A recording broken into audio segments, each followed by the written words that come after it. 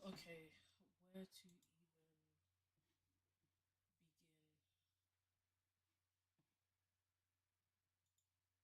I can't even remember the last time that I did a live stream. Alright. So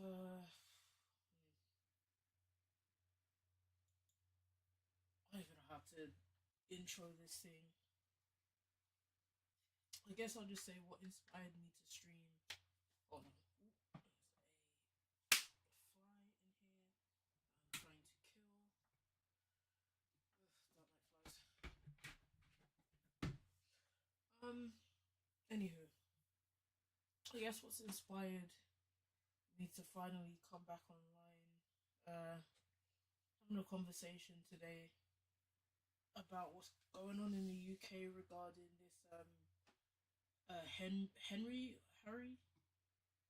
Henry Nowak murder.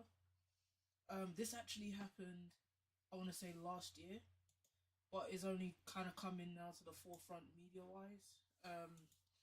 And with everything that's going on in Europe, the Western world as a whole, of stirring of racial hatred due to the economic downturn for average working people. Of course, the media have to take a situation, amplify it, and use it as an object of blame in order to stir up tensions between various groups who are all fundamentally on the same economic plane. But I guess I'll start by reading this BBC article, which I'll share the link to. Sorry, which I'll share the link to in the chat. Forgive me, I am very, very, very, very super rusty on YouTube streaming. So let me just share the source of the story.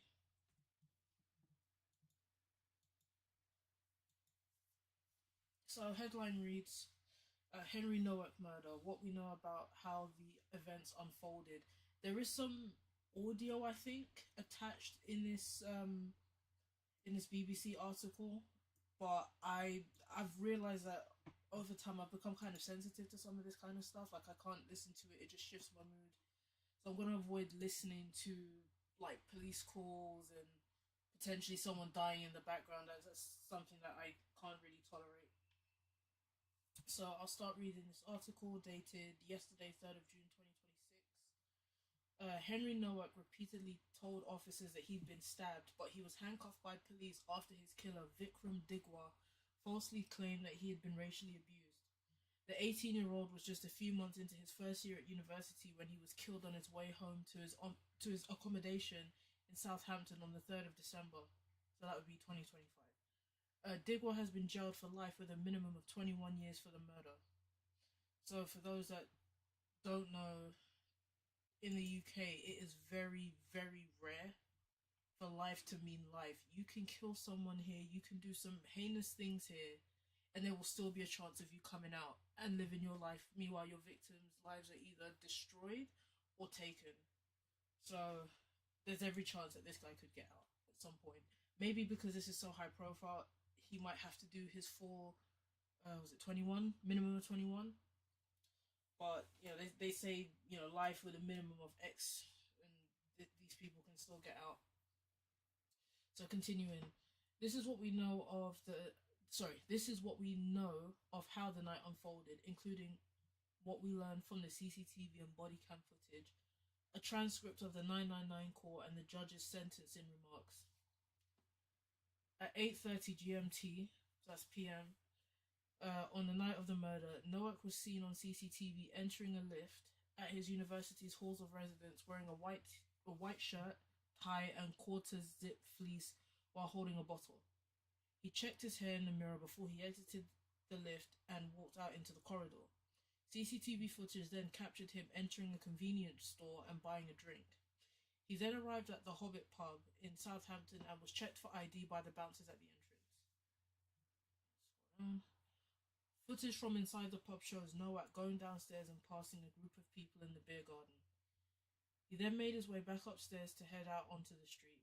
At 23:07, Nowak can be seen making his way back to his university accommodation. Nowak is then captured on CCTV walking past a group of people on a road lit up by street lamps. At the end of the footage, he can be seen picking up his pace and jogging down the road. During Digwell's sentence on Monday, Judge William Mousley KC described how Nowak's journey home took him north along Belmont Road to the junction with St. Denis Road, where his killer lived. Judge Mousley said Digwell, 23, was walking south along Belmont Road at the same time in what was to be a chance meeting. Nowak was alone and unarmed, the judge said. He added that the 18-year-old was not drunk and his blood alcohol level was found to be below the drink drive limit. Digwell, who is a Sikh, that's a Indian religion, was carrying a knife in a sheath on his belt, which Nowak then began filming on his phone, the judge said. Judge Mousley commented that it is a strict requirement of the Sikh faith to carry the knife, called a kirpan, at all times. That is true. Well, yeah, no, that is true. We learn that in school. They have sort of they have this thing called the 5Ks, and carrying a kirpan is part of the Sikh faith.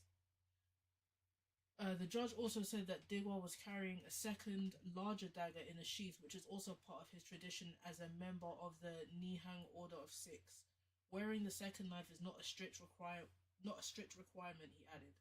Mousley KC said that Nowak asked Digwell if he was a bad man, likely to have been prompted by noticing the dagger. The judge said that Digwell told Nowak he was a bad man and took the student's phone. Scroll down. The exact events which immediately followed were only witnessed by the two men, the judge noted.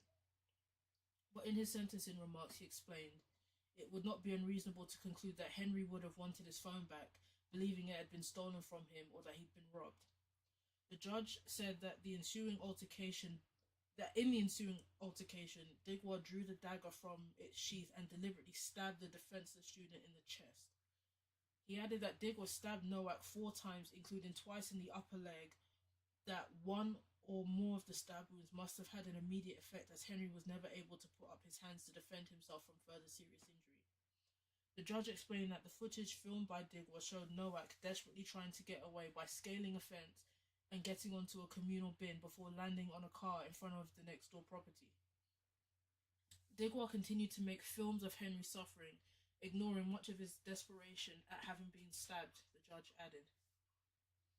At approximately 23:30, less than half an hour after Nowak was seen on CCTV heading home, the killer's brother, Gurpreet Digwell, called 999. He told the operator that Vikram had been attacked by someone racially and gave the location. He's just physically attacked my brother. We're Sikhs. We wear turbans and he's just attacked my brother, Gurpreet can be heard saying.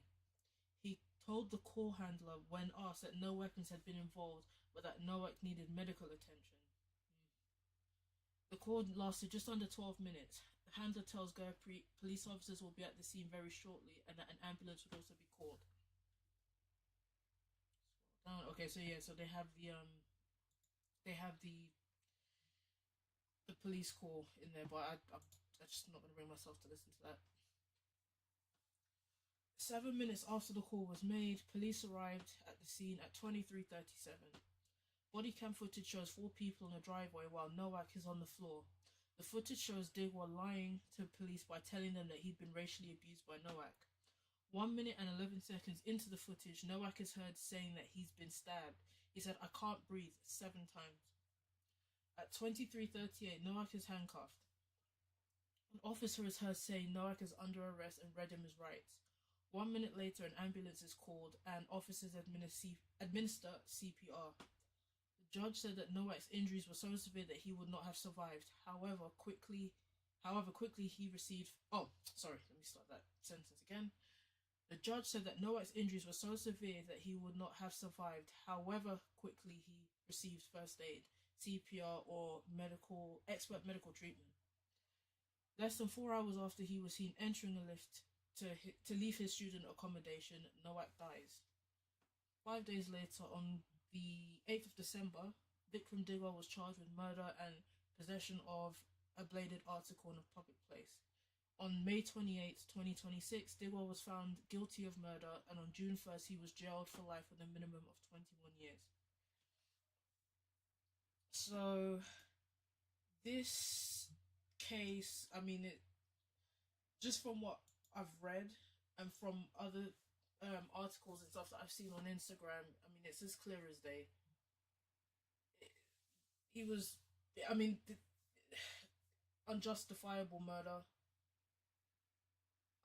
The motive isn't even clear as to why this guy went up to him, stabbed him, filmed him. I can't make any sense of the act of violence itself. It just doesn't seem to add up. But the fact that he filmed himself and filmed the guy on the floor, and there's no proof of any kind of racial abuse. It's a he say she say. The fact is, this guy had two knives on him. Okay, you can say, oh well, one for religious purposes. I don't know what the legality of it is. Like, are they supposed to be sharp? Can they be sharp? Does it have to be blunted? It's not clear. But this guy's had two knives on him. The article saying that one of them is not a religious requirement, so why would he have that on him? What was he looking to do? What was the point of bothering the guy who, from what it reads, was just walking, I'm assuming, back to his accommodation after a night out, being accosted by this Digwa guy, and then his brother lying to the police saying that there was no weapon involved, but you need to get the police in. Now it's very, very, very suspicious to say the least. But I guess the reason why I'm bringing up this topic, and I was asked about this because we have an issue in the UK. I mean, this has been an ongoing issue, but over the past few years, I'd definitely say probably since this current Labour regime has gotten in, this idea of two-tier policing, two-tier policing. Now the English people feel very, very much aggrieved that I think it was the girls that were killed. Also, I think this also happened in Southampton with the Rwanda. I don't know if he was born in Rwanda. I think he might have been born in Wales, but is of Rwandan descent. This guy is just completely mentally ill, and I think his parents knew and probably didn't do enough to support him or stop him. I'd gone to a girls' ballet class and like killed a whole bunch of children.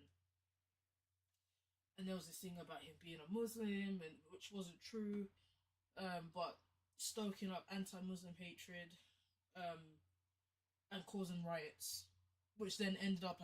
I don't think anyone was killed in the riots. Like, people were injured, property was damaged, religious institutions vandalized, and so on.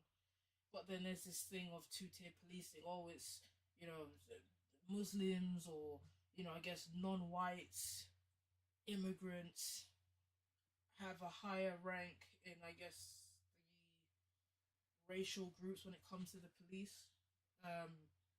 They feel that, oh, if you're white and English, the police aren't going to listen to you.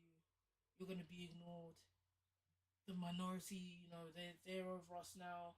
You even get some people that like to quote Enoch Powell, the Rivers of Blood speech, where I think I'm paraphrasing something like the black man will have the whip hand over the white man, or something to that effect, basically.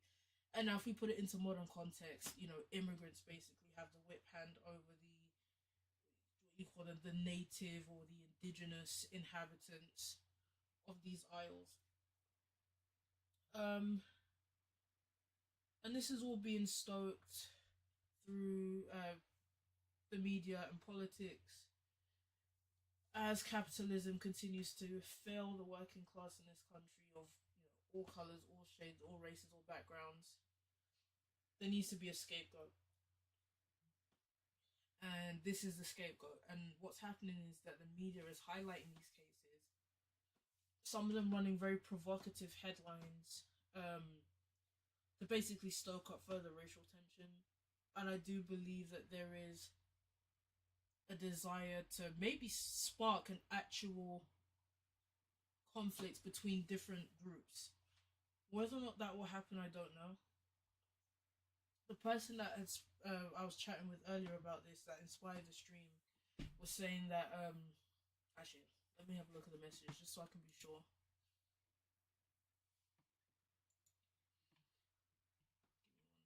Give me 1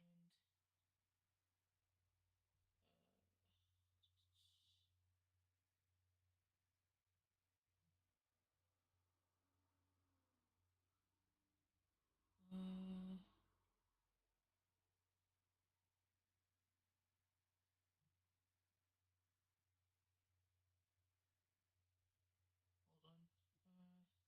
Yeah, this thing that the police are afraid to be seen as being racist, which isn't this isn't a new concept. Like the idea of all the police saying that they don't want to be seen as racist. This goes back a very long time. I mean, you had the McPherson report that came out. I want to say in 1999 in regards to the 1993 murder of Stephen Lawrence, where the police knew who killed Stephen Lawrence, did everything they could to cover it up, was spying on the victim's family to basically find some dirt on them, to slander them, libel them, and say, well, look, these are not good people, or the victim was, some kind of criminal, and so on. Even to this day, you still see people maligning Stephen Lawrence, who was an 18-year-old school student, maligning him as a drug dealer and so on, with absolutely no proof.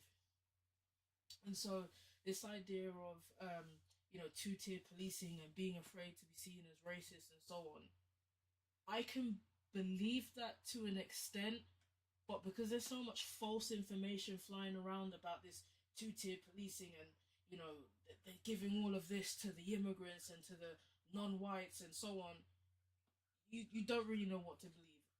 I don't believe that the officers have been explicitly told, if they say it's a racial incident, you have to treat them differently. I think in this case, the police officers were absolute idiots, incompetent as per usual. UK's had incompetent police for, I don't know, as long as I've been alive, and before then. Um, and I know that there's been massive cuts as well from the austerity period, and they're begging people to join the police force. I'm assuming that the bar is very low and training has the quality of training has declined, especially since the austerity period. But what they did, the police, what they did was completely unacceptable. But now this is being taken as this is like a racist attack against, the English, the white English, by, well, I don't even know necessarily, are they turning on six yet? Because from what I've seen, through my internet browsing and reading through different social media platforms, I'm in a Facebook group, like a specific area Facebook group that I used to live in, and it's got a heavy Indian population. That the area that I was living in, and what I've noticed is that there's this idea that the Sikh community are the most quote unquote integrated and assimilated into English or British culture, and they're this model minority that are so great, and they're usually used to beat Muslims over the head as, the best group, and Muslims are demonized as the evil group and the out group, and they're this and that, and they're so terrible, they're the worst, and they're coming to take over, and they don't assimilate, they don't integrate, and Sikhs, they're just so great and so on. And now you have someone who's from the model group that's being championed by fascist aligned people. I'm not saying that everyone that says that are fascist, but you have, people that are fascist aligned in these notable groups that champion this specific group of people as the perfect, or the good ones, the good minorities, the good immigrants. And now this has happened. This has caused, a potential racial incident. It could have been a racial attack from this Digwa guy. It's not very clear. From what I've read, I genuinely don't believe that this Henry Nowak guy was racially abusing the guy that ended up killing him. It just I don't get the motive, but it just doesn't. There's not enough information coming out. I feel like if it was a racial thing, they would have said it. It would have been clear. There would have been more indicators or more markers that this is what was going on. I'm not convinced. Um, but yeah, the model group now is probably going to get targeted. Um, and the group that I'm still in, just because it's kind of interesting to gauge how some of these people think. You have these people that you know align themselves with parties like Reform and Restore that are of non-white English backgrounds, very South Asian heritages. Like, oh, I see myself as a part of this country and so on. And there's kind of this attitude that if you align yourself with the fascists, that they won't turn on you. But now I've seen, again, this is only from what I'm seeing. I'm not saying that this is true for all of the country or anything like that, but you do see people turning. There are people that are turning now and saying, "Oh, why are they allowed to carry knives? We're not allowed to carry knives," and so on. And it's like, well, before you were fine with them doing that because they were, so assimilated and integrated into British society and so on and so forth. I mean, it's not that they were going to church, but they've always been carrying knives. Even I saw someone talking about, oh, why are they allowed to not wear helmets? They can just wear turbans. Everyone else has to wear a helmet when they ride motorbikes and so on. And now this is becoming a problem. And it just goes to show you how fickle these people are. They always need someone to blame. They always need someone to blame. And it's the media that take up stories like this, pump them up, you know, constantly keeping them in the cycle, finding new information, finding ways to craft headlines and make more incendiary stories to stoke and fan the flames of hatred among different groups. I believe in the hopes that they're going to make them clash. So when I was looking on Facebook today, I didn't catch the specific article, like I just saw it and scrolled on, but they've been invoking the name of Stephen Lawrence. So I found this article from the Independent, which I will share in the chat. We'll have a look at that one. So the Independent article says the headline is Stephen Lawrence's mother hits out at Badenoch over comments about her son following Henry Nowak murder. So just a brief synopsis. Stephen Lawrence was an 18-year-old student. I believe he was from Greenwich. No, I think it was from like Greenwich in like East London, Southeast London, like far out southeast. But he was killed in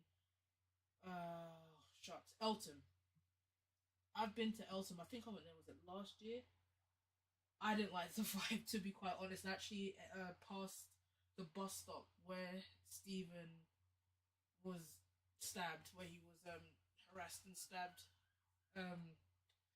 Personally, yeah, I didn't quite like the feel of the area, to be honest. But yeah, Stephen was murdered in a racial attack. Like, he was being racially abused. It was him and a friend. I think they'd gone over to another friend's house to play some video games. They had to leave, go back home, and on the way home, while they were waiting for the bus, they were mobbed by a group of, racists, and Stephen was stabbed and basically bled out and died.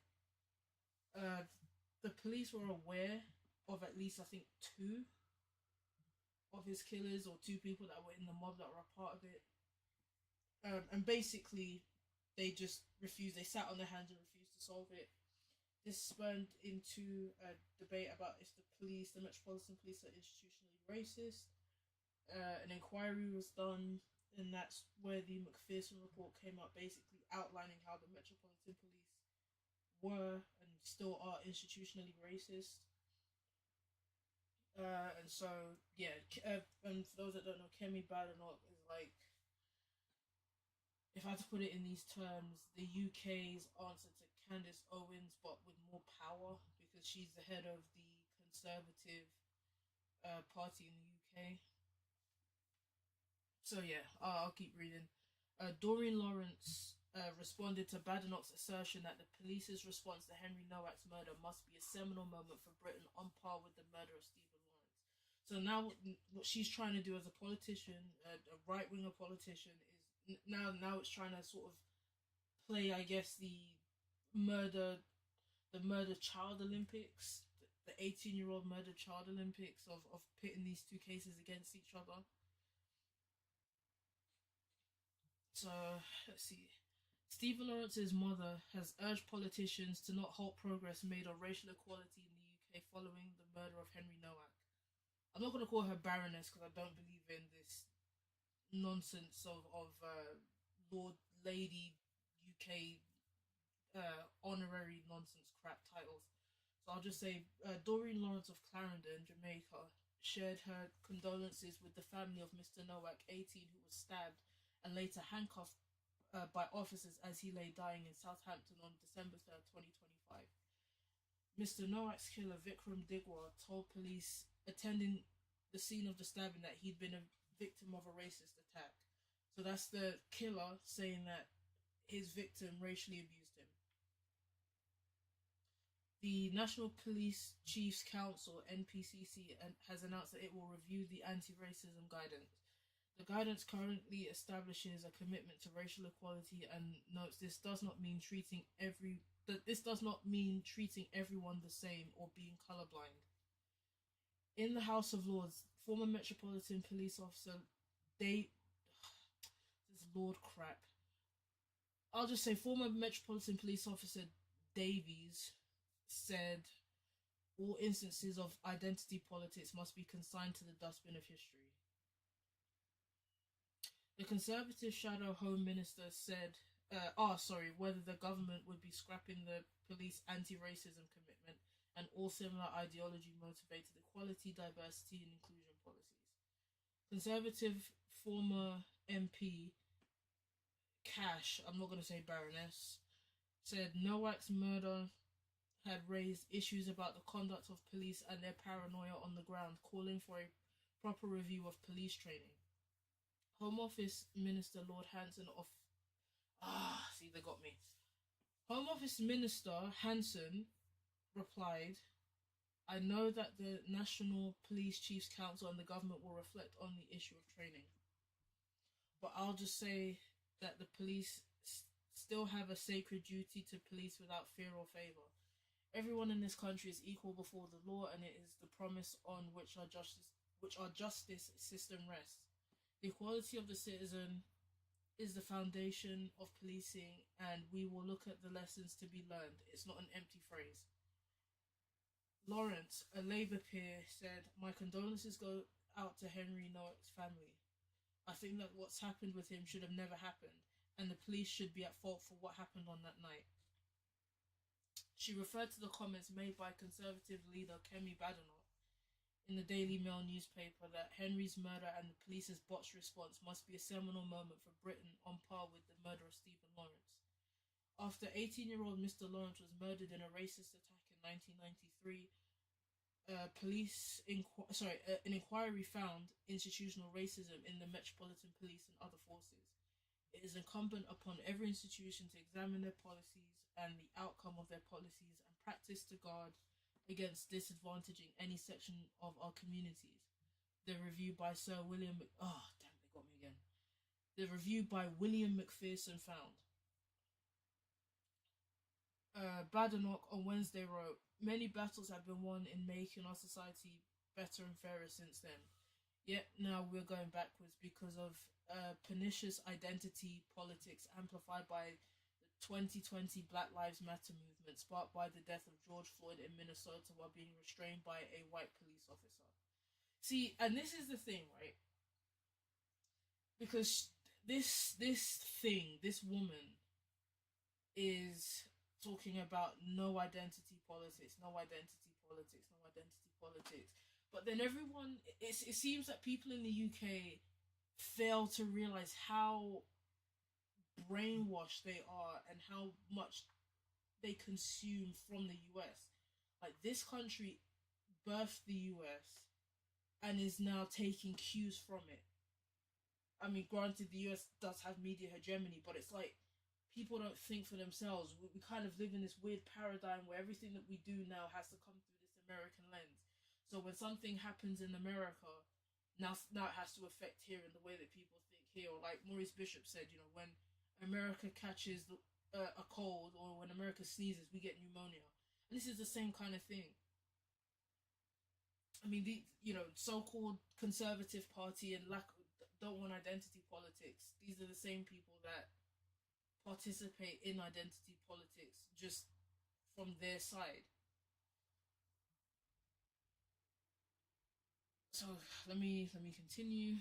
Uh, Lawrence said, "Now, when my son was murdered, there was nobody standing up and asking for judgment to happen for him, and the mere fact that the leader of the opposition in the other place can use my son's name in referring to reform, it took 20 years and more for anybody to understand the murder of my son and to have anybody convicted." So yeah, I think Stephen Lawrence's murderers were caught in 2011 or 2012. Let me double check. When was Stephen Lawrence was convicted?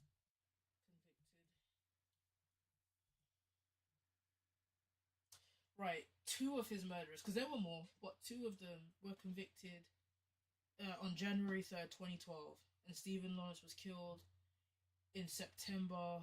No, excuse me, April of 1993. So yeah, about 20 years it took to get the convictions, even though the police had known from back in the 90s who was involved and who had done it. They had, I think there was even a videotape. They managed to bug one of the houses of one of the killers where him and the group of friends that were there were bragging about it. So, you know. Anyway, continuing. Reflecting on Wednesday's debate in the upper chamber, she said many peers had no idea what race equality means. She added, I think to be in here and you I think to be in here and you stand in a position of power that you can say that you want change and to go back to what it was before. For me, what we've moved on to is a much better equality for all in this country. Hanson replied, I believe that we need to maintain and retain equality, diversity, and an understanding of the impact of those challenges in the police, but that doesn't say that we can't learn lessons from what happened in this instance. I don't know what that's supposed to mean. That seems very wishy washy and convoluted. Like it sounds like you're trying to hold two opposing views. Like it's weird and unclear. So continuing, yeah, Digwell was given a minimum of 21 years in prison for stabbing Mr. Nowak with a ceremonial knife with a 21 centimeter blade that prosecutors said was a kirpan, which he carried as part of his faith.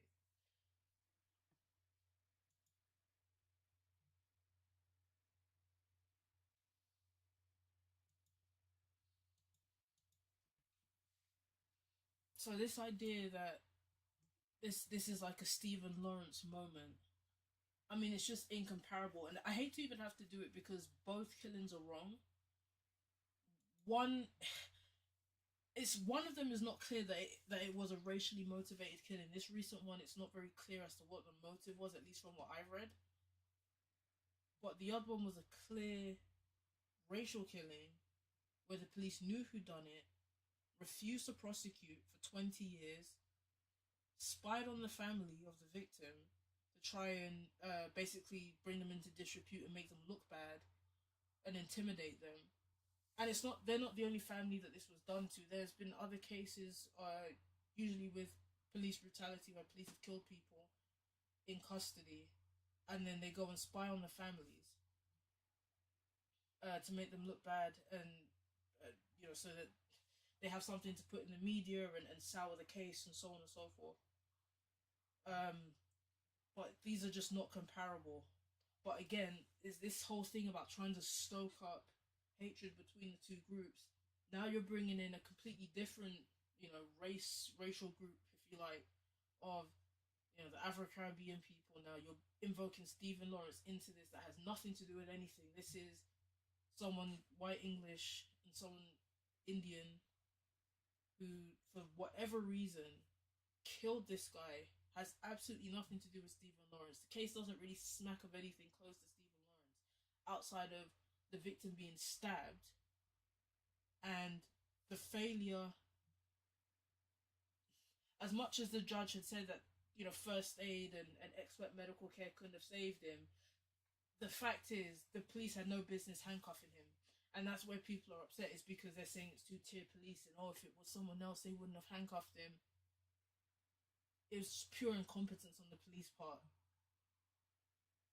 I would guess that the outcome would have been slightly different if he was taken to the hospital, maybe, but the fact that the police, as agents of the state, handcuffed someone who was dying, who had said that they'd been stabbed, and I'm assuming believed at that point that this Digwa guy was being racially abused. It just, to me, doesn't make sense. It just smacks of pure incompetence. But it's just crazy to see that the, token conservative Nigerian woman wants to play comparison games of a very pivotal case where the police were shown to be institutionally racist, with now saying, oh, basically, with too much identity politics in policing and so on and so forth, again, to stir up hatred between different groups. Oh, the topic is the murder of Henry Nowak, and basically my opinion on it. Because I was asked about it earlier, so I just thought, why not live stream? I've not streamed in ages. And just give an opinion on it.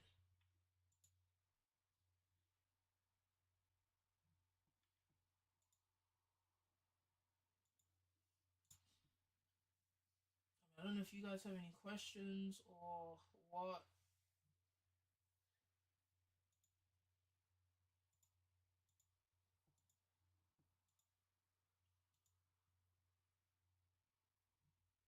I'll probably have a look at some Instagram headlines as well. See what's going on.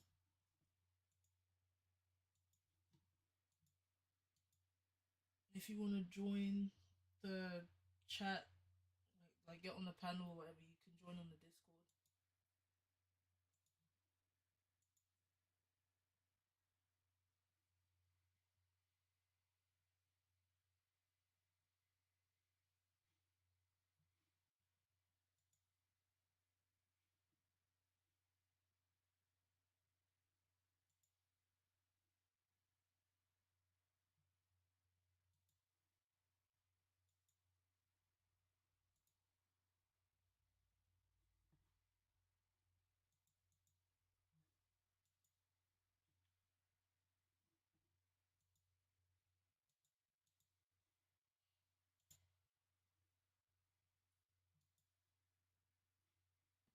Let me see if I can have a look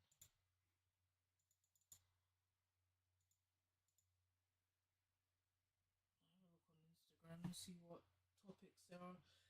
It's like sometimes I want to stream, I feel really rusty, but sometimes I see things that makes me want to stream because it's like, wow, that's a really interesting topic, and then I get around to it and I think, I just can't be bothered. Let's have a look. So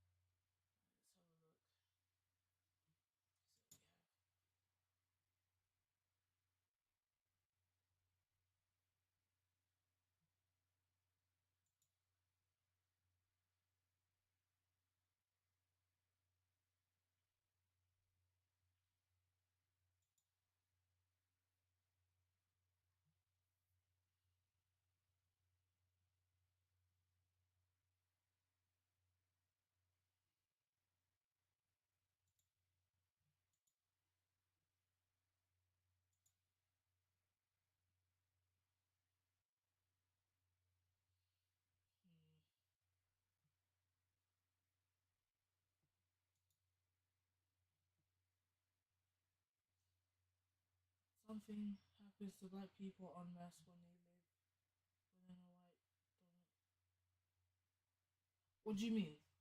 The victim of this was a white English. This has absolutely nothing to do with any black groups whatsoever. This is the thing. That's why it annoys me that Badenoch has decided to invoke Stephen Lawrence's murder when it has absolutely nothing to do with. The only things that match is that both victims were stabbed.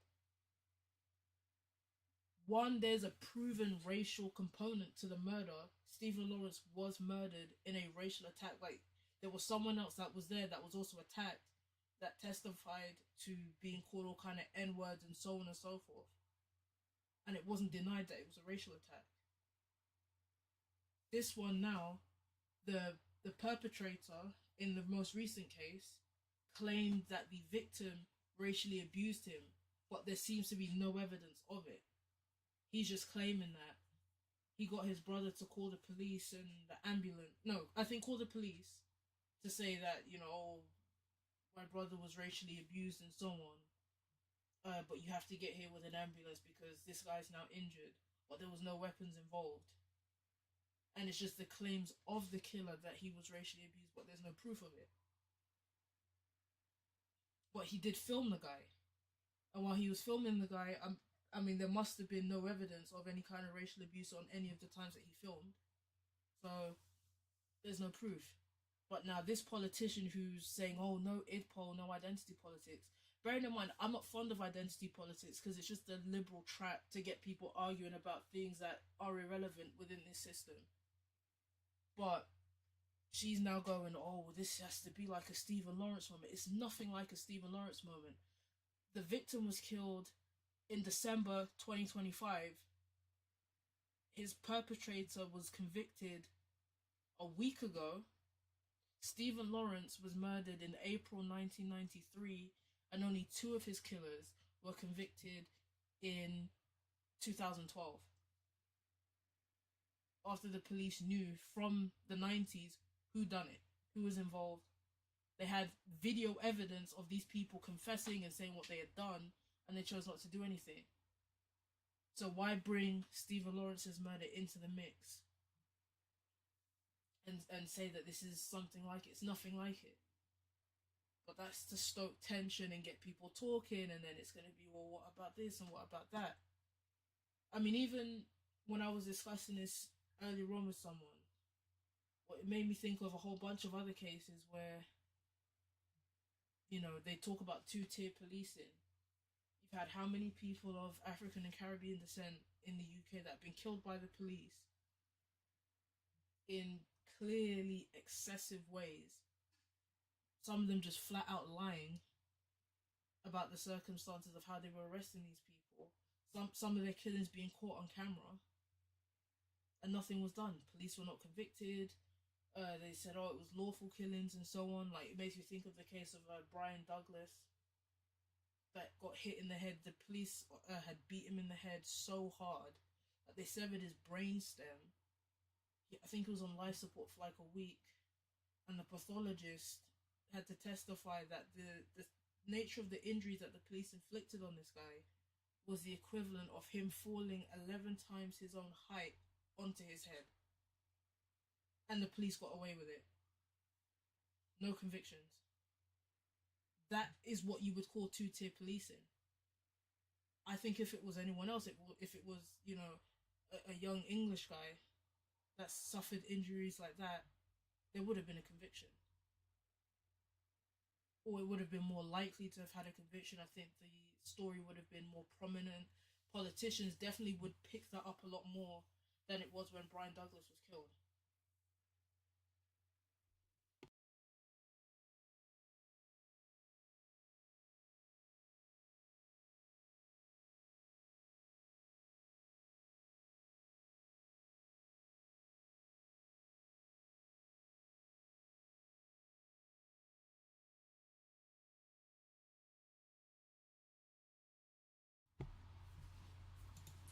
Let's have a look.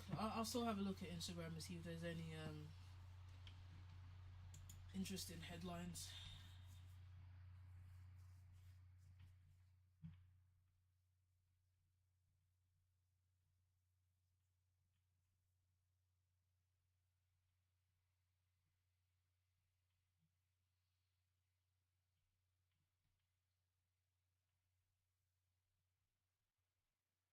mean, to be fair, my algorithm, for those that know, my algorithm is very, very eclectic.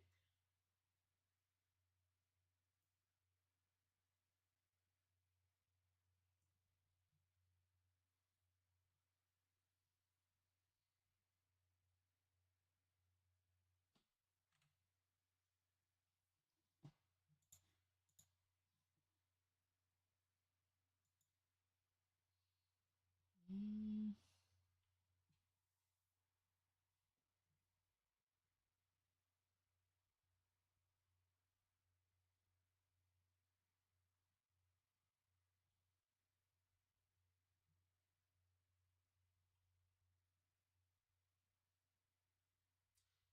there are headlines, but nothing important. Not that I'm seeing anything important.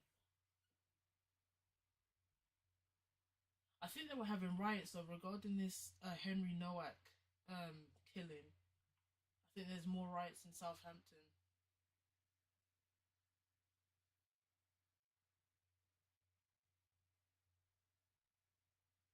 because there was the riots when that weirdo Rwandan kid went and stabbed up all those little girls and killed them. There were riots about that, but then they were again blaming. They had no idea who this guy was. All these rioters didn't know who he was. They hadn't released the nature of this guy's identity yet, but they were saying, "Oh, it was a Muslim that came on a small boat illegally, has come to kill our girls and so on and so forth, protect our girls." And then you find out that it's a kid of Rwandan descent that was born in Wales that had a history of violence, and he's clearly mentally disturbed. Like if you see a picture of this guy, I mean, let me get a picture of him. You can just look at him and you can see he is off, mentally off. I think he might have been referred to that prevent anti-terrorism scheme. Like there'd been signs that he is mentally off. Oh no, it wasn't Southampton. Excuse me, it was Southport. He done that in Southport. But I'll show anyway.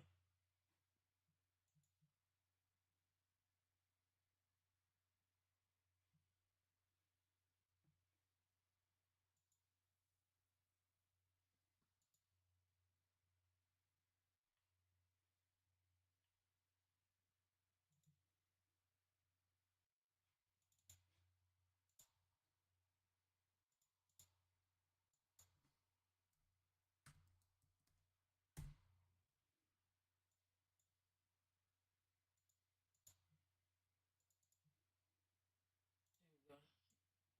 This is him.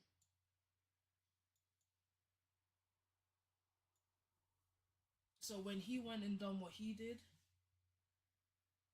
that also kicked off this talk of two-tier policing. But this guy is supposed to be the Muslim that came on a boat, and what he done ended up causing a lot of damage to people who had nothing to do with what he had done. This guy, Christian Rwandan, born in the UK, born in Wales, and a completely different group were targeted. Their mosques were attacked. People's houses were attacked. People were getting their cars set on fire. People getting dragged out of their cars and beaten. For this lunatic, I mean, yeah. I the thing, I find I get more sensitive with these things now as I get older. It's like I don't know, maybe you realize how really sensitive life is and so on. And I just find these things kind of hard to like read. You just say, how do people do this kind of thing? Like, what kind of mental state are you in that you just wake up? You actively know you're getting a knife or whatever weapon, and you're gonna go and target little children, little girls at a dance school and attack them and murder them. But like I said, there's a past history with him, and I think his parents completely failed him as well. Let's get his ugly mug off the screen. Yeah, delete that. Ugly.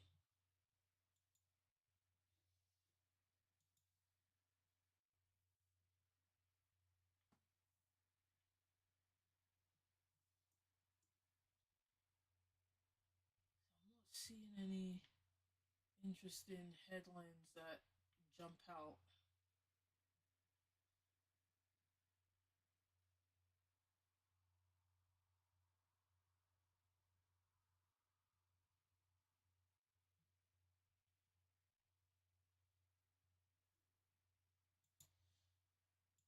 Uh, Talking about people disappearing. You've had those drownings, recent drownings. Uh,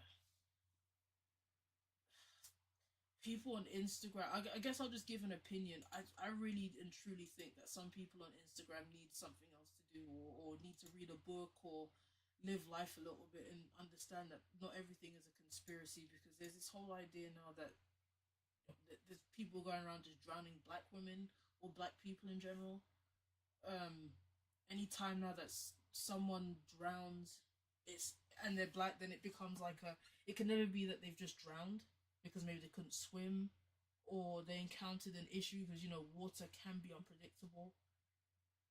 And if you're out drinking late and for whatever reason you decide to go swimming, you might have thought it was funny and so on, and you end up in a bad situation. Now it becomes a, oh, this needs to be an investigation. There's a conspiracy to kill black women in the water. They're drowning us. Black people can't swim. We don't like to swim because we don't want to get our hair wet. I mean, that's true to a degree about the not getting your hair wet thing, but people are just going nuts with this whole idea of like there's just this out outright conspiracy to just kill us in the water. I just think it's ridiculous.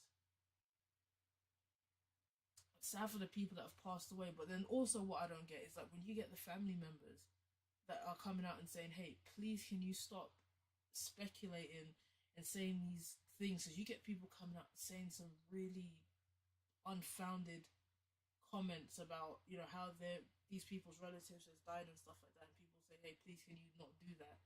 These people don't care. They want to come up with any kind of conspiracy, and it's oh they're doing it. Some people saying it's like a spiritual murder and all this kind of stuff, upsetting the family members.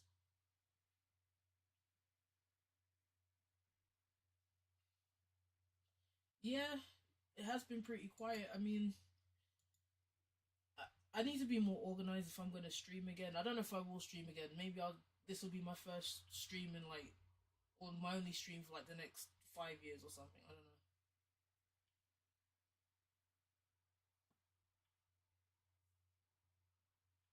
I mean, there's a Guyanese news headline here about someone being murdered.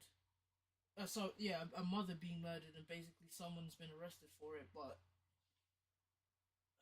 Guyanese news is pretty much that. Always someone getting murdered. Always a woman getting murdered, which is sad. I mean, that could be a topic in itself, I guess. Of is it femicide? It's usually domestic violence related. Don't know about this specific case. I'm not going to look into it because that's just something I don't really want to talk about at this time. But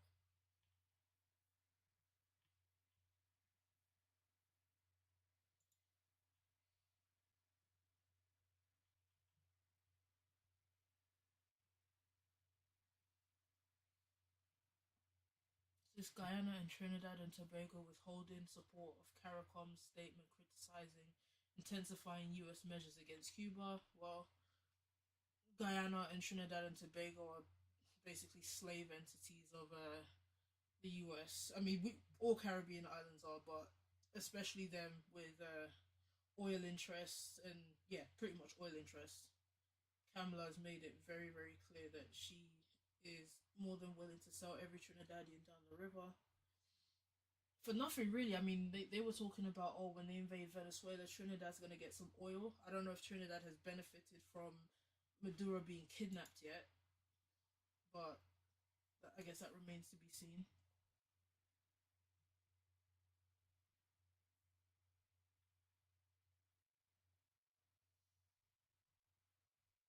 Another headlines.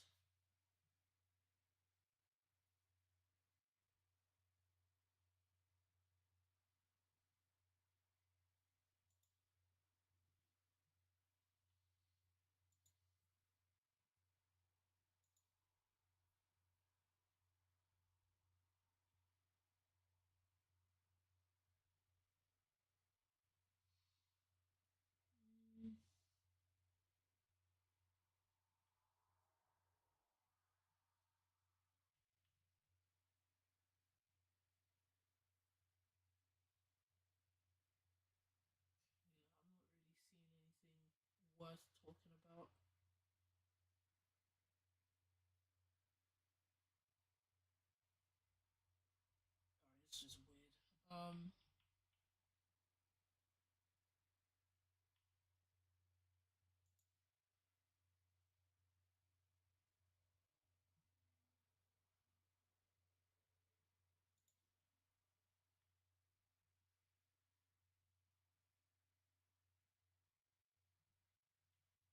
I don't see anything interesting.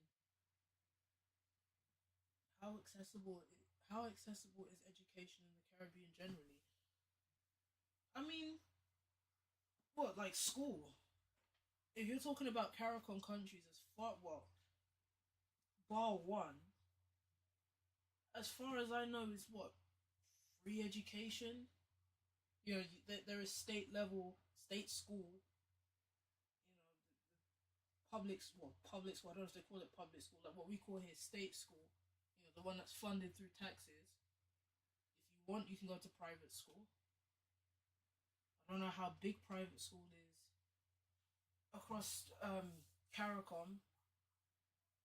What kind of education are you talking about? I mean, you've got primary, secondary, and tertiary education.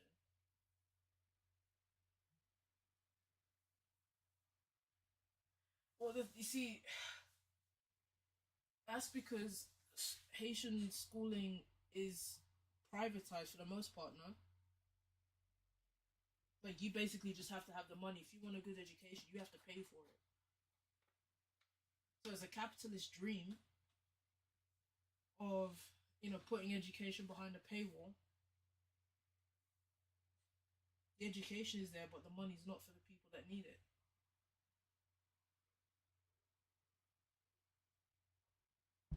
And I'm sure that you have at all levels as well. But again, it's behind the paywall. And I'm assuming that depending on the school, like if you got some kind of diploma or a degree or whatever, like you need it to come from certain schools because some international institutions like may not recognize certain schools credits.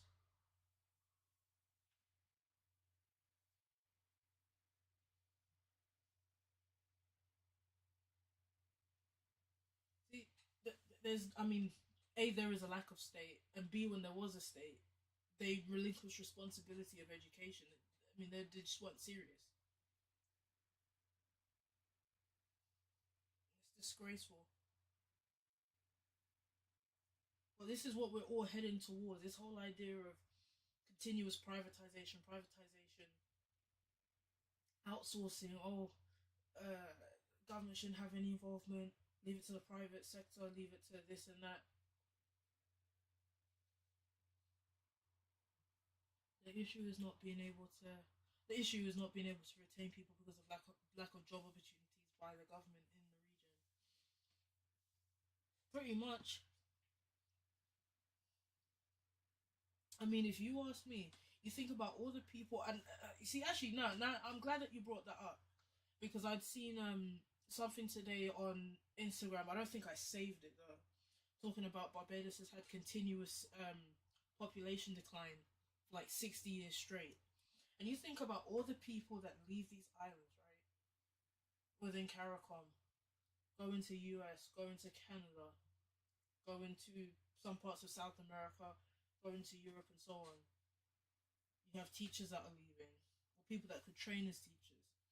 If the Haitian state, whatever's left of it, was really serious, they could be like, look, you have freshly trained teachers. Please send them here, and we're going to try and build on our education system. If Haiti is going to be a part of CARICOM, and we're really going to talk about regional integration, there has to be an all hands on deck attitude towards state building. It's not everyone's responsibility. Like obviously, ultimately, it relies on the Haitian state. However, if we're going to talk about regional cooperation and integration, then it should be an effort with the majority of it falling on the host country.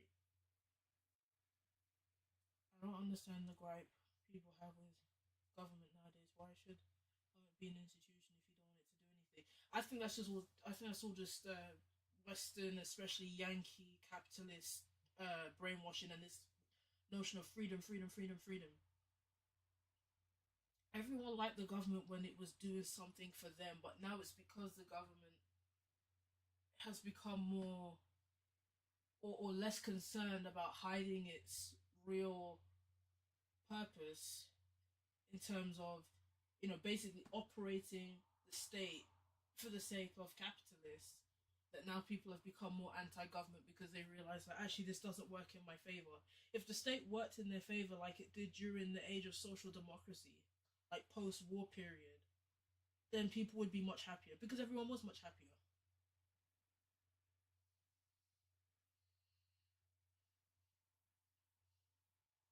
Yeah, I agree. I agree. There's no benefit from it.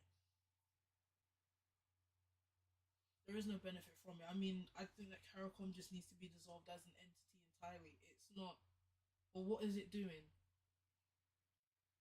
If everyone that signed up for it basically doesn't have to listen to anything that it says, what is the point? We want to play this whole. We're playing sovereignty against each other within the region, but then when it comes to outside countries, we fall in line with them, and suddenly sovereignty doesn't matter.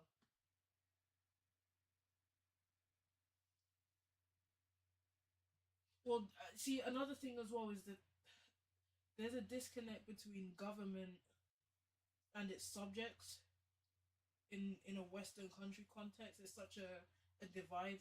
It's like adversarial.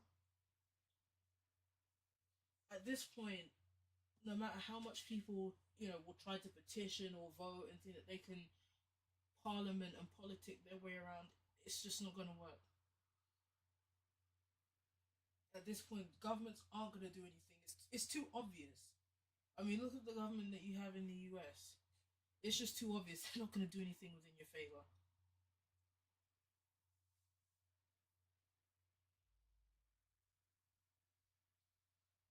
Their clients, right? Or no, not even their clients. Their bosses.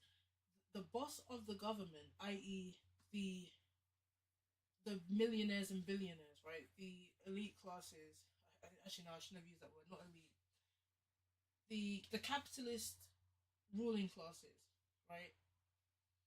They have now pushed their their underling out of the seat and have taken over the driving seat. The billionaire has come down and said, "I can do this myself," i.e., Donald Trump. Yeah, exactly. Exactly. The oligarchs have directly taken over, or an oligarch has directly taken over on behalf of those within his class interest. And the same may be happening to the UK should Nigel Farage succeed. He's a weird one because as much as I feel like he's had opportunities to already become prime minister. He hasn't actually become prime minister. I don't know if he ever actually wants to be prime minister or if he just keeps he kind of just directs these movements. But if not him, maybe Richard Tice, um, who these are bankers and millionaires and potentially billionaires or multi-millionaires who are quote unquote working on behalf of the English working class, the white working class who's been forgotten and left behind, and so on.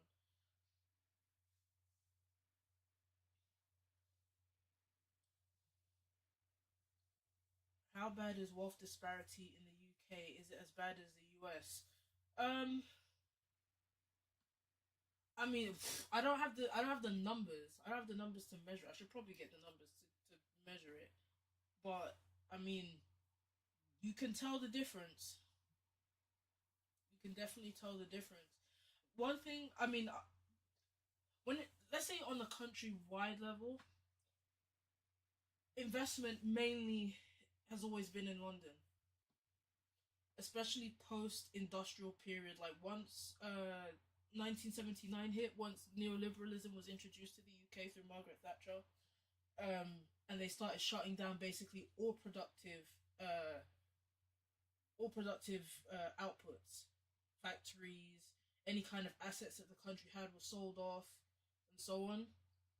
You could really see the how basically anywhere outside of London was neglected. collected. Don't get me wrong, same thing within London as well, because you had factories within London. Like my grandma used to work at the Guinness factory, Wall's ice cream factory, and so on. All these different factories.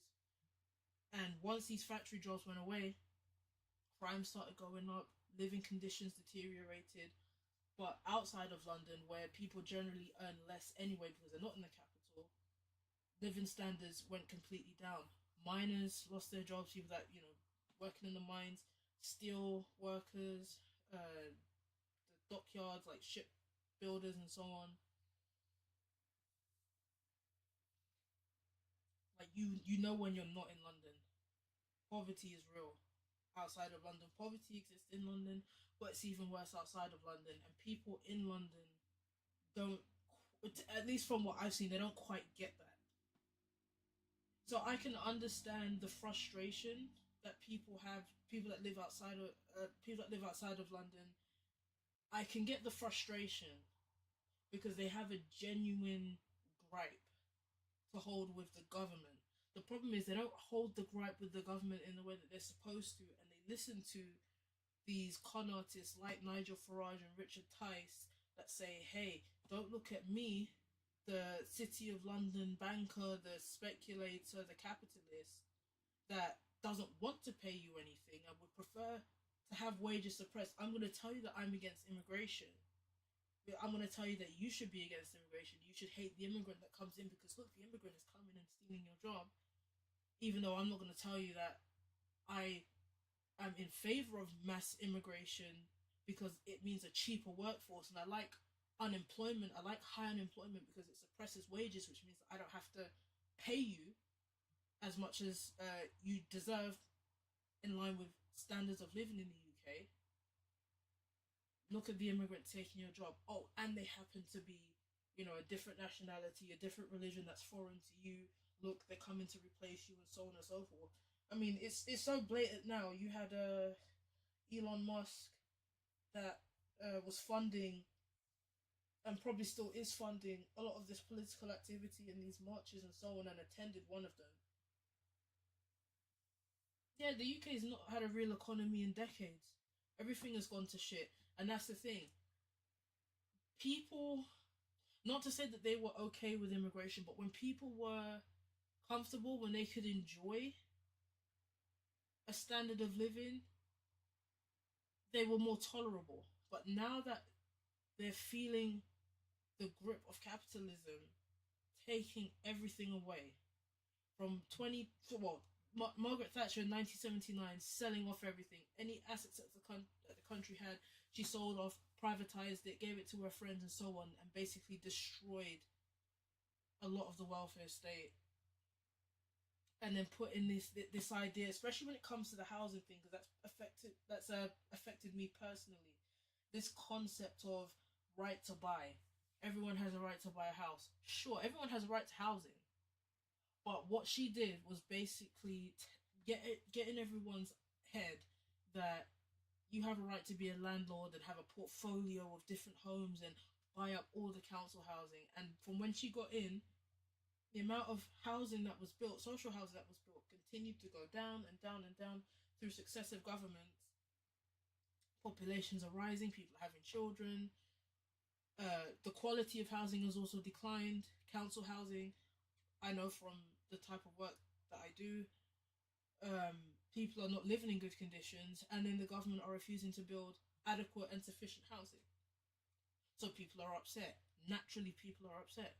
And I've encountered tenants where they are upset, and you do find some tenants that do have reactionary and prejudiced views against other people, because in their minds, it's, oh, these people just come in, they're being given everything and so on, which is not true.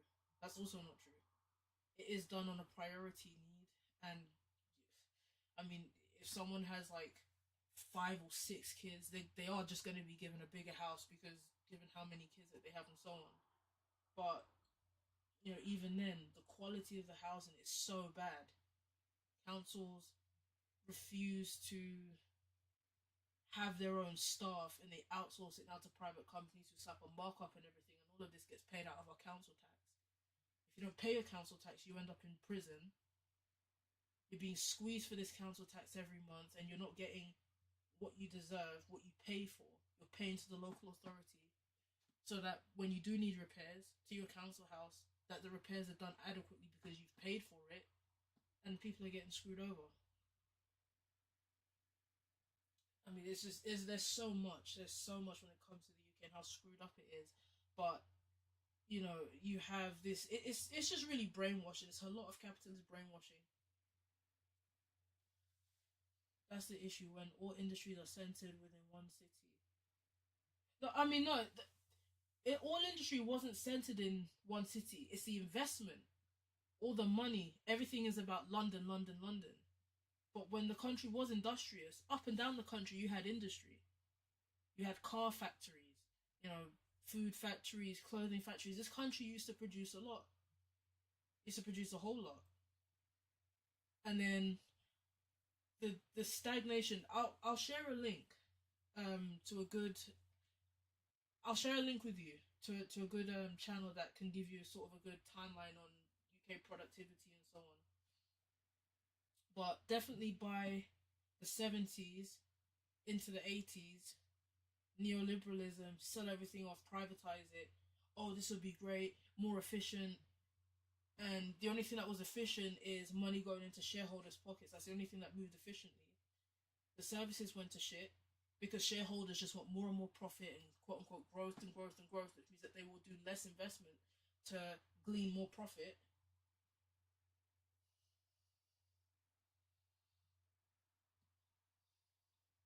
Yeah, and every other region has been neglected. That's it. And then what happens again when it comes to like the racial tension thing, and I do believe that this is deliberate. This whole thing about the hotels, I believe this is deliberate. And again, the ignorance on the residents, the people who already live there. Again, rather than look at the millionaires and billionaires that benefit from this, they just like to point at the poor migrant or asylum seeker and go, "Oh, it's you, it's your fault, it's your fault. Why I can't get this and that? It's your fault. Why they've taken this and that away from me." The what was I going? Sorry, I had a point. The hotels, they put these things deliberately in very deprived, very poor areas. And the optics are that these people are just being given hotels and they're just living nice and lovely and plush and they're getting all this money being thrown at them by the state. The state is spending all this money on these freshly arrived illegal immigrants and we get nothing. Now, I can say from my time sitting in court when I was attending magistrates hearings, when I was in the process of becoming a magistrate, you have to attend court like a whole bunch so you can understand the process and when you go for your interview and stuff like that. And there were cases where you have asylum seekers, refugees, and so on. So these are people that live in these, I guess you could say, detention centers and so on. They're allowed to have like a day release, go out and they come back. I think they said that he was this. One guy, I remember this one case specifically. He was stealing a handbag from a McDonald's in central London, but the detention center was in Sussex, I think, which is outside of London, which is near one of the airports. Um, and I think he was getting like £7 a week. So I'm not sure how these people are getting rich. The government are spending money with the private hotels and all the other private services that are involved in this that are UK people, or foreign capitalists and so on who, live in the UK, reside in the UK, domicile here, whatever. The money is going straight to the private sector. The money is not, these people are not being lavished with all this money. They're not being lavished with all this money, and they really shouldn't be in hotels for as long as they are. Either you process them and you approve them and you find somewhere for them to live, or give them a pathway that they can, find work, gainfully employed, and start contributing and paying taxes like everyone else. And if you're unable to approve their asylum or refugee application or whatever, then if you reject them, send them back. It should be as simple as that. The notion of people staying in hotels isn't new either. That's been a thing. I think it's called DSS. I can't remember what it stands for, but that's been a thing for very a very long time, for decades. Like I remember watching an old Crime Watch episode, and this was like from the 80s. This particular case, and druggy couple that were living in a hotel. That the government was paying the housing benefits towards the hotel. So this is nothing new. This is absolutely nothing new. The idea of people being put in hotels, and that's another thing. It's not just refugees and asylum seekers that are in hotels. You have homeless people, drug addicts, uh, basically anyone that is unhoused. They're putting into hotels. So it's not just all the money's being spent on foreign people, but they're not going to tell you that. It's not cute. It's not appealing to give the whole truth, because then it becomes a, oh well, why exactly are we targeting just this specific group of people? Why are UK nationals being put in hotels rather than being housed? Why is sufficient housing not being built? Why do we not have quality housing? Why do we not have the right quantity of housing? They don't want to do that because they want house prices to continue to rise. If you start providing sufficient supply, then the demand will go down.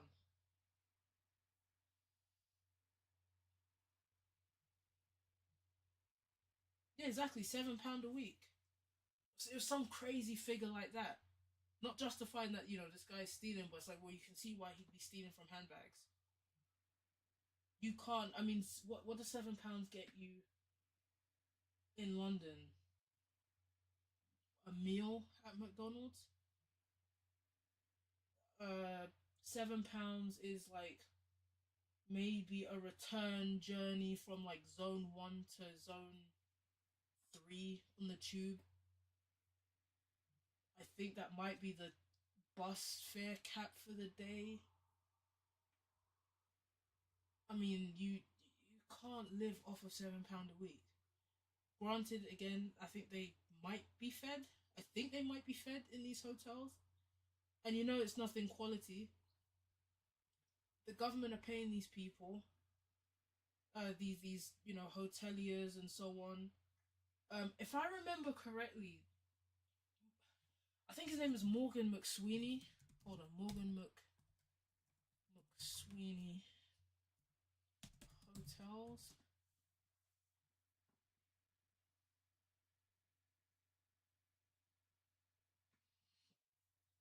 Right. The Prime Minister's former top aide has got a relationship with these, what they call the asylum hotels, where they're putting a lot of refugees and asylum seekers. I think it's family ties. His family own a bunch of hotels as well. So what does that tell you?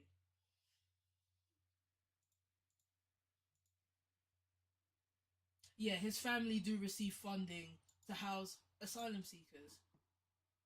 So someone within the government.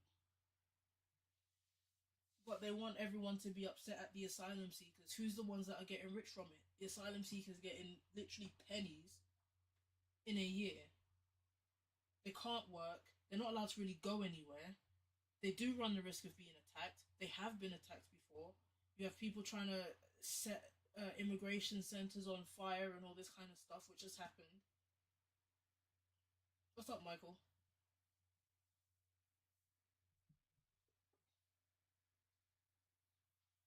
Yeah, £7 will get you a nice snack, especially in London. Yeah, a really nice. Well, not even really nice. Just a nice snack.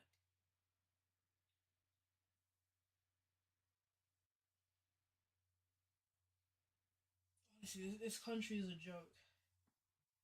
A sick joke. I want to get out of here as soon as possible. And the thing is, there is no real effort to organize. There is no real effort to organize.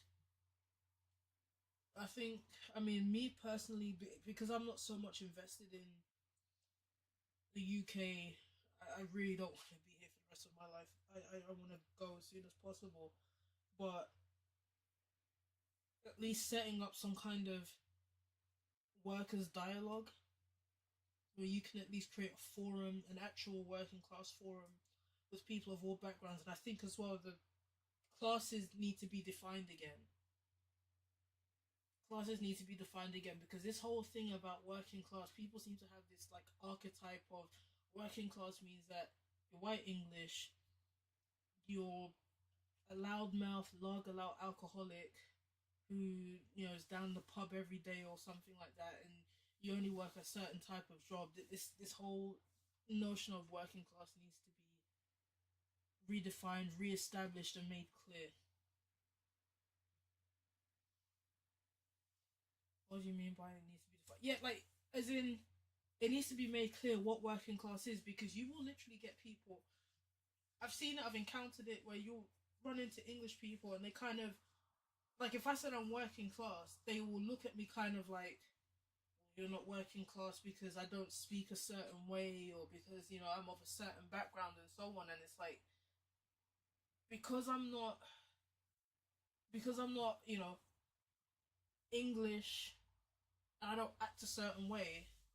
That doesn't mean I'm not working class because I'm not Cockney or something like that. That I'm not working class or that other people aren't working class or because this person is from I don't know Bangladesh or something. They might not view them as working class, especially if they're Muslim. Then they're not really working class or they're like the other. They're that thing, and it's like we all work to pay the bills. We all live, paycheck to paycheck.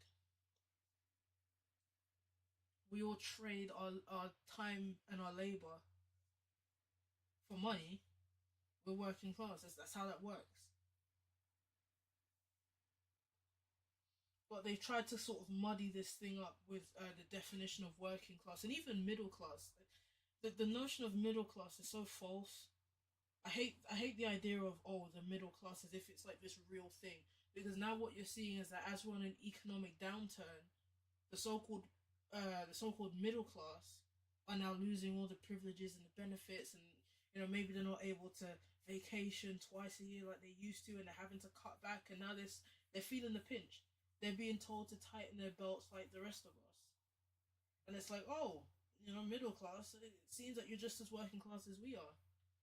You don't really have the freedom that you thought you had because all it takes is one bad winter and you're with the rest of us poors. I think the working class is such a not the working class, excuse me, the middle class is such a delusion. What they say like aspirational middle class and so on. It's not real. It's not real. If you have to work in order to sustain yourself and you don't have any assets or capital that can keep you afloat, you're as working class as the rest of us.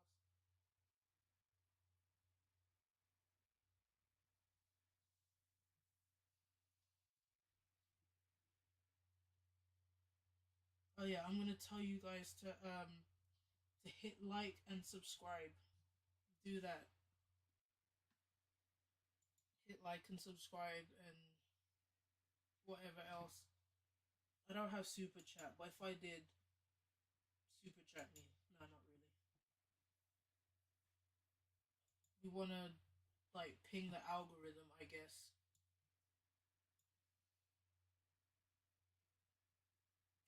Let's ping the algorithm. Let's let people know that I'm live again. And this might be the last time I go live in like the next 7 years, but let people know that I went live anyway.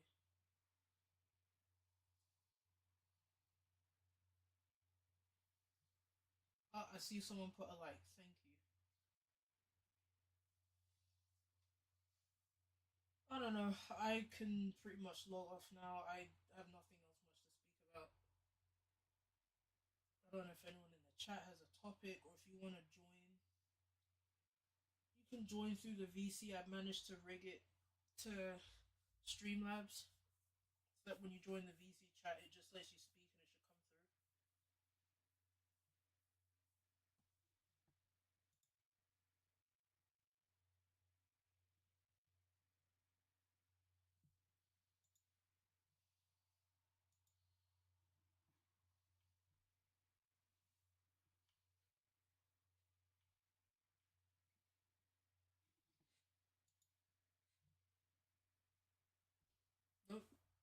No one has any topic?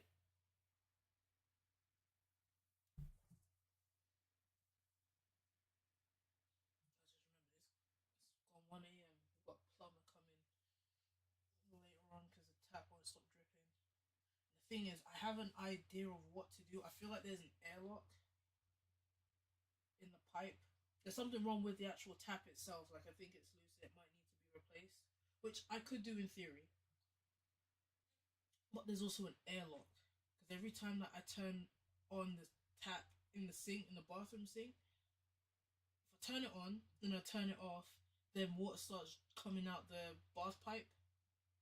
But I think that there might be like some air trapped in there. But the issue is I don't have one of those wet vacs because you can get the wet vac and put it over the tap. And if you just run the wet vac and let it suck all the air out, that should kind of fix it. That should take the airlock out.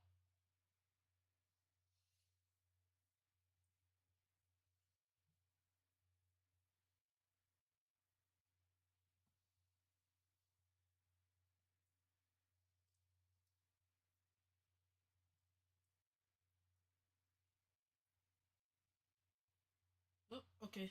All right, no response in the chat. All right, well, consider this stream done.